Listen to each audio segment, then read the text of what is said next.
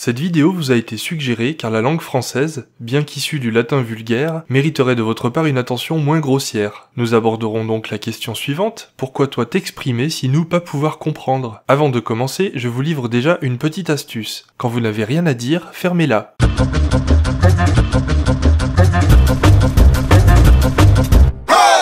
La langue française est la langue de Molière et de Victor Rousseau, auteurs fascinants dont j'ai lu l'intégrale des pages Wikipédia. Parlée et enseignée dans de nombreux pays, la langue française est notamment utilisée dans la diplomatie internationale pour lécher des postérieurs, négocier des pots de vin et donner des coups de baguette. Comme la plupart des langues, le français est généralement utilisé pour ne rien dire. Lassés de nous battre contre les Allemands, nous faisons désormais la guerre aux anglicismes. Ils nous lancent un chat, nous leur renvoyons un clavardage. Ils nous arrosent de spam, nous leur projetons du pourriel. Autant dire que nous allons tout droit vers un epic fail. Le français est également menacé par quelques mots viraux qui prennent la place de centaines d'autres, provoquant la déliquescence des phrases infectées. C'est grave énorme. La langue française s'avère quelque peu entachée par la piètre réputation des Français. Lorsque je demande aux étrangères ce qu'elles pensent de ma langue, elles ricanent, se rhabillent, puis prennent leur argent avant de sortir de ma voiture. Il existe de nombreux accents dans la langue française. Si Dieu avait l'accent marseillais, il perdrait le peu de crédibilité qu'il lui reste. Cet accent permet toutefois à certains humoristes de faire rire leur public, mais aussi de détendre l'atmosphère lors d'un contrôle des papiers de la police nationale. Bien que les accents belges et suisses soient tout aussi ridicules, leur principale caractéristique réside dans l'utilisation du mot 70 au lieu de 70 lorsqu'ils comptent de l'argent sale. D'autres accents s'avèrent très révélateurs, comme l'accent alsacien qui démontre clairement qu'ils n'ont toujours pas choisi leur camp, ou l'accent du Nord qui trahit des carences en termes de brassage génétique. Attention, si l'accent québécois peut sembler amusant durant les premières secondes, vous serez rapidement submergé par le besoin d'étrangler votre interlocuteur. Fuyez alors immédiatement, à moins que vous ne disposiez d'un peu de temps libre, d'une pelle de bonne qualité et d'un stock conséquent de chaux vives. En plus des accents, les appellations varient en fonction des régions, ce qui entraîne des débats aussi ennuyeux que stériles visant à déterminer si l'on doit dire chocolatine ou pain au chocolat, alors qu'on se moque royalement qu'une minorité se couvre de honte en disant chocolatine. Un décret récent stipule que le meurtre sans sommation d'une personne qui dirait malgré que est désormais assimilé à de la légitime défense. Le meurtrier sera convoqué pour un rappel à la loi et se verra remettre un pins de l'Académie française. Maîtriser la langue française permet de faire preuve d'un peu de dignité au moment de s'en aller. Malgré que ma vie c'était grave trop dur,